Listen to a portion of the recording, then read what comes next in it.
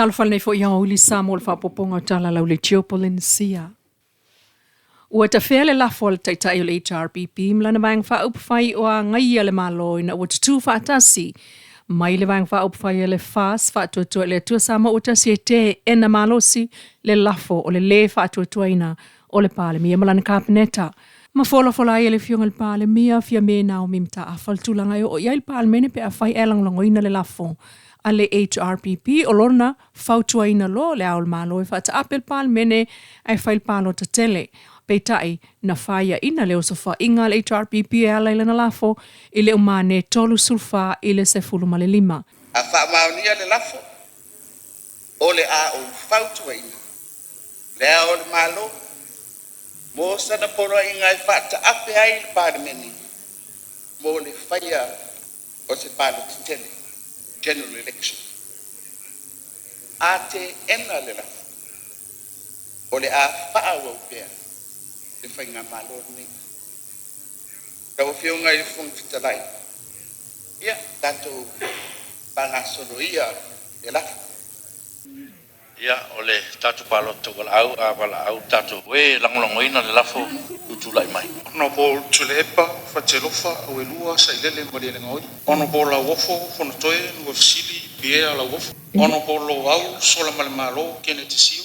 Ono po fai malo toa ki kastawas akau. Le le pule rimoni ayafi. Le na tai Victor Fafoi tamapu. Esita vai fo te vanga ena. Ala ia sa mo fa o malanga tuto. Sulama naia fetaya i tau ili tui masa. Ba ngase ali i sapo fe ngai.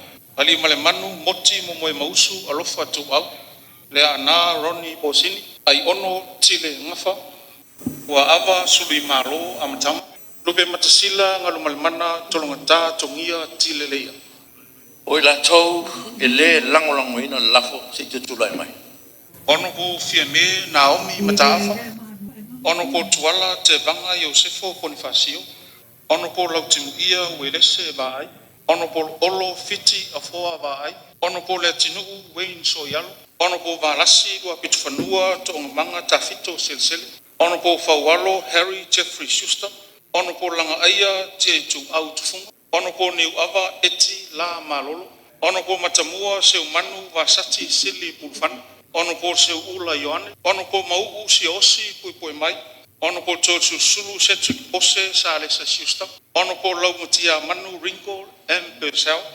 Ono po whaleo mawaenga titi mai a tafua. Aua pa au mulipola au le tafua mulipola. Tea to ala beato. Tangalo tele basi polo. Sewa muli fasi toma. Foisala lilo tuu yoane. Uyono te nina graiti. Anga seata vale lio tanuvasa peto. Maangele se kati fiaui. Ma yava fui mono tito asafo fesola ai a pulu tusi upu tuinga mala ono po lauli le wotea po la te mafosi ono po tu ansi ileota fe pule ai fa savalu fai mata sua ono po mulipola ana rosa ale murio ono po tu lupe mau au tele po mulinuku onesemo ono po leota laki la mstele manu le leua paleta sala ti tovale masina lupe makesi masina lupe ma ale vena ale Fai el malolonga le manol palota tavala a umfa asololoa teuteunga o le tulafono fai ngā palota. Ua toi wha awa wei nei malanga maasani e le Samoa Airways e peona ta uela nei tula u whamtalanga. Mai whangali e tolu malanga o le aso, le afo le fitu le tai au, o le tolu 5 minute te ai le sfulua i le awa ulima le tasi i le awa uli o le so. O ta uela i tula o le Samoa Airways ua toi wha awa u lava tautua maasani le taiminei. Ina ua fōlinga le lei mai le tau. Mai ua toi whaawa wai fōi malanga mō le mō tui manua, peitai.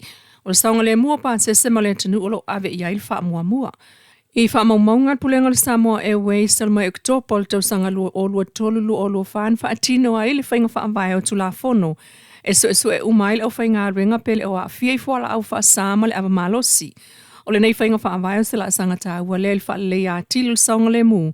Ma le soifua manuia o tangata whainga ringa ai o pāsese o loo wha o ngā ina lato au nanga. Whapena ona toi whaatino ai talu mai ei nei tu so le lua vai aso tolwai e le ofiso o susu enga whaasai enisia Samoa le SROS, Scientific Research Organization of Samoa. Ma mawane ai o le se 10% o le au whainga ringa na susu e na mawai fuala au whaasa Mawhala awe mana o mia ile whaatananga mai ele fō mai. Whape ai ma le awa malosi.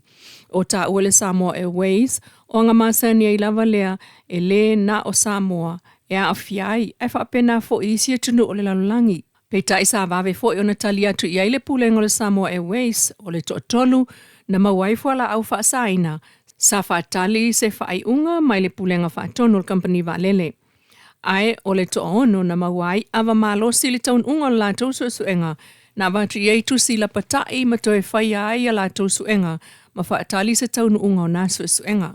Ai o le pailate lea na mawane ai whala au moe sa toe whai ala na suenga ma mawane ua ma toe whaatanga ai e whai ngā ruenga. O ta uel pulenga le Samoa Airways le ave o le langolango le au whai ngā ruenga ila asangai tala whianga iai mo le fo i o mta upe ta ua le au onanga. Ai o le whaalawelawe ai o malanga wa ai le wām Amelika Samoa taluai winga lolo wale tau. O whaafitai ai le tunu ule whinangalo malam lama i nā iaso na whaale tonu ai le tau. Tala nao nei tula mai lo le Tio Polinisia.